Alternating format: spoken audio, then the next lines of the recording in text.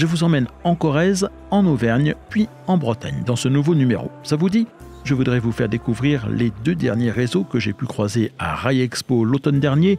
Ils sont l'œuvre de particuliers et ont été réalisés aux échelles N et HO. Le premier est constitué d'un ensemble de modules réunis sous le nom de Romagnac, la Corrèze en N. Le second s'appelle Bryce 35. C'est un réseau d'inspiration bretonne. C'est le dernier petit tour que je vous propose cette saison dans les allées de Rail Expo 2022. Bonjour et bienvenue dans l'Aiguillage.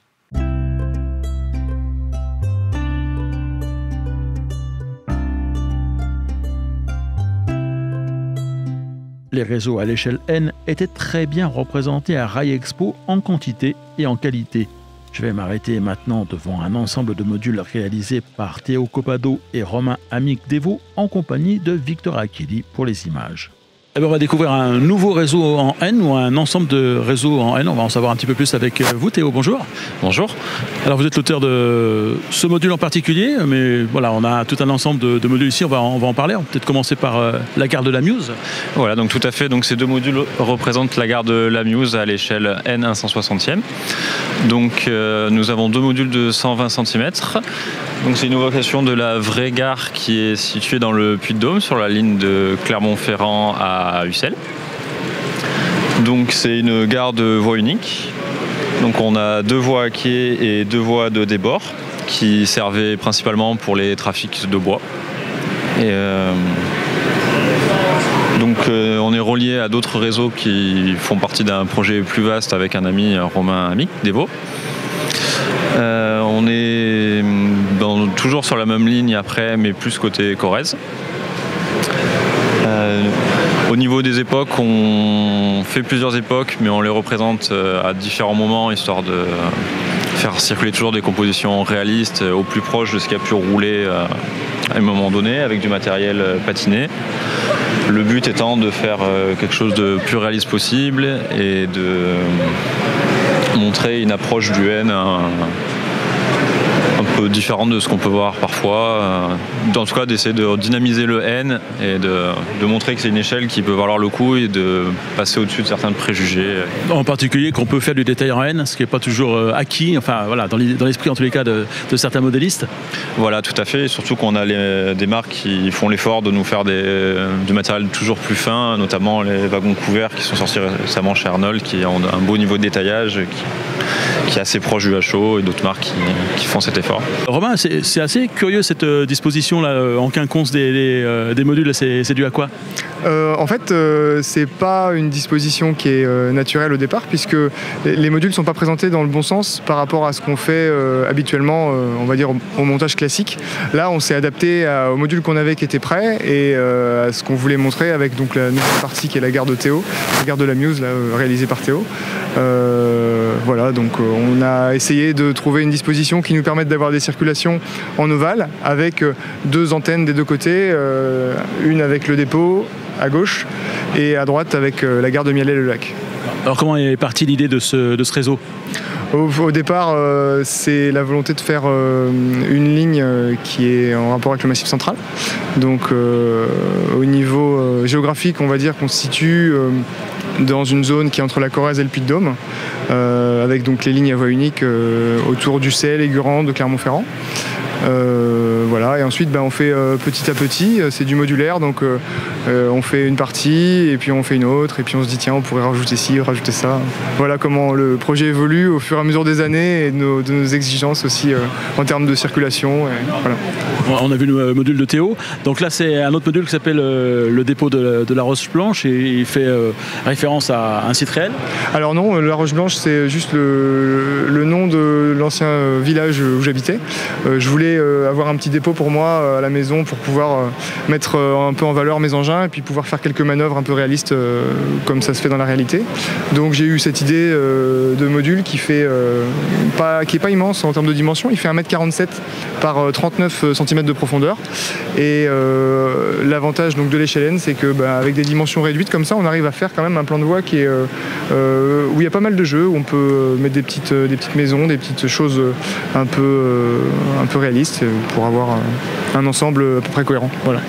Alors après, il est connecté. Alors, il n'est pas directement connecté au module, mais on va aller voir quand même le module d'à côté. Le module d'à côté. Alors, en fait, c'était pas voulu, mais on se retrouve avec les modules qui vont comme ça de gauche à droite à une espèce de chronologie, c'est-à-dire que celui-là, c'est le plus ancien de l'ensemble qui est présenté. Ça, c'est le deuxième. Ensuite, il y a eu la gare avec Théo, et le dernier né, c'est la petite gare de Mialet qui est au bout.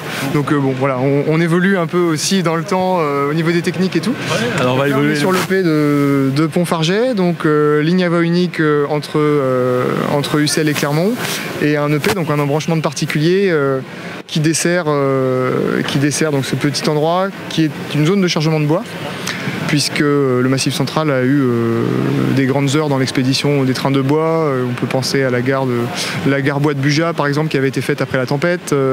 On a encore des sites, bon, ils sont rares, mais qui expédient aujourd'hui le bois sous différentes formes, que ce soit du bois de trituration, de la sciure, comme à Langeac, par exemple. Donc voilà, ici on est sur donc un site, encore une fois, qui n'est pas quelque chose qui est directement du réel, mais plutôt notre création esthétique, on va dire, avec cette EP suivi d'un petit viaduc. Voilà. Alors, en parlant d'esthétique, très beau fond de décor peint.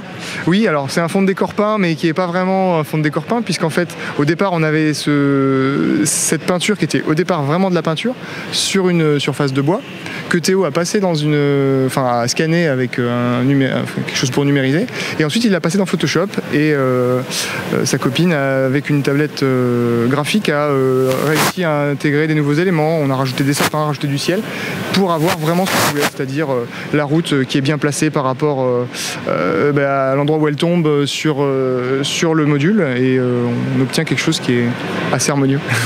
Alors aujourd'hui, dans la façon dont les choses sont organisées, donc on a après le module. Oui, le module de Théo, donc qui est à la suite. Donc bon, c'est pareil, hein, c'est quelque chose qui a été évolutif. Théo a créé donc ces deux modules, sa gare de la Muse, avec une interface qui n'était pas forcément en face de la mienne. Donc on a fait des modules raccords qui viennent épouser la forme pour pouvoir rattraper la voie et pour qu'on puisse exploiter de manière facile. Quand vous avez commencé à travailler les uns les autres, vous n'avez pas forcément pensé que vous alliez faire un réseau commun? C'est ça. En fait, au départ, donc il y a le projet Romagnac qui est, on va dire, la chose ancestrale, où avant il y avait une grande gare de Romagnac qui a été faite.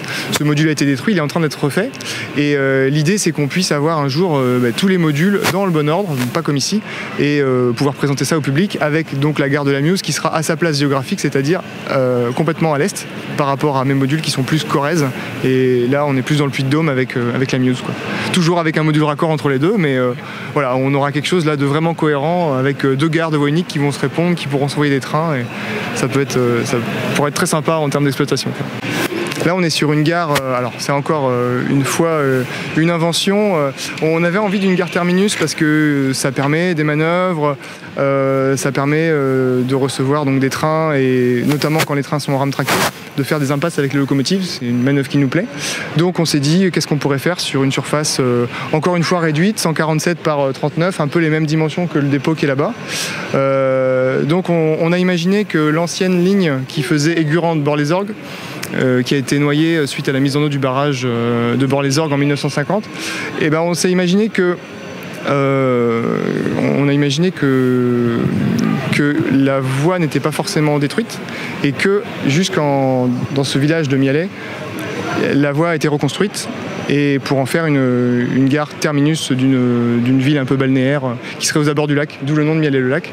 Car en fait, Mialet au départ, c'est vraiment une commune de Corrèze qui a été noyée et qui a disparu aujourd'hui. Voilà.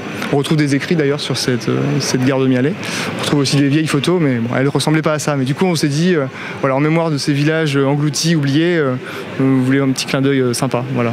Et du coup, c'est un projet de club ou c'est vraiment un projet d'individus qui se mettent ensemble comme ça? C'est vraiment non, il n'y a pas de club. C'est-à-dire que bon, au départ, c'est moi qui ai fait un peu du N et qui ai commencé à exploiter un peu avec Théo, et il s'est dit finalement c'est pas mal. Et aujourd'hui, voilà, il fait la gare de la Muse, et voilà. Donc c'est plus un rassemblement de particuliers que vraiment un club en tant que tel, quoi. Après, on a plein de gens qui viennent nous aider. Là, vous voyez, il y a Antoine qui est derrière, Aurélien, tout ça. Enfin, il y a plein de gens qui nous aident beaucoup, parce qu'à deux en expo sur un réseau aussi grand, on aurait des difficultés à rendre la chose vivante, quoi. Eh ben, on va aller en Bretagne pendant un petit instant en compagnie de Patrick Clémenceau. Bonjour Patrick. Bonjour. Alors vous êtes l'auteur de ce réseau qui s'appelle Braille 35. Exactement, oui, tout à fait. Et qui représente forcément un petit coin de la Bretagne. Eh ben voilà, ça représente l'Ille-et-Vilaine, des morceaux de l'Ille-et-Vilaine que j'ai mis bout à bout pour arriver à faire un réseau.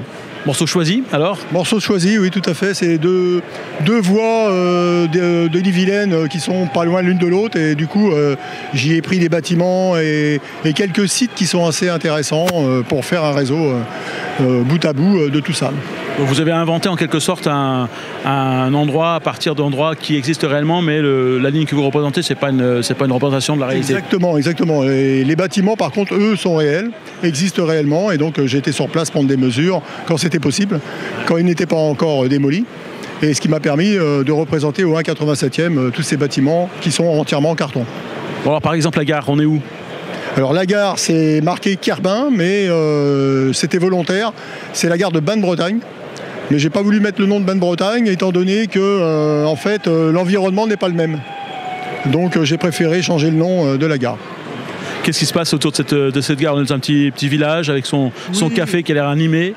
Oui, c'est des choses qu'on a connues dans les années 60. Donc c'était un petit peu toujours le même modèle. Il y avait souvent en face de la gare le café de la gare, il y avait souvent un petit garage à côté, en campagne surtout.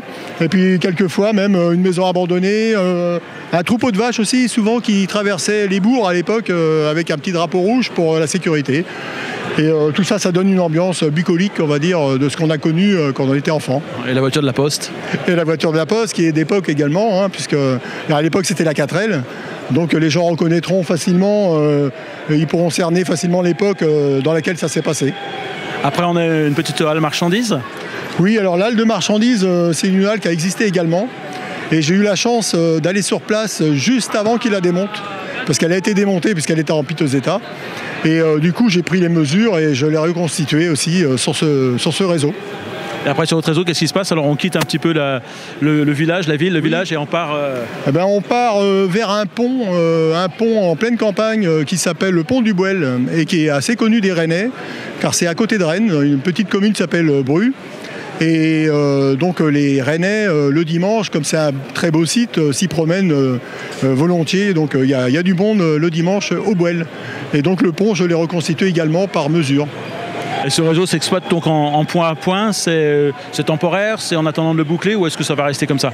Ça va rester comme ça, il est numérique, ce qui me permet de sonoriser, ce qui me permet de faire quelques scénarios de trains qui arrivent, qui déposent des wagons, et une autre loco vient les chercher, reprend les wagons et repart avec en coulisses. Et se fait redételer en coulisses, et la loco qui était avant repart également rechercher les wagons.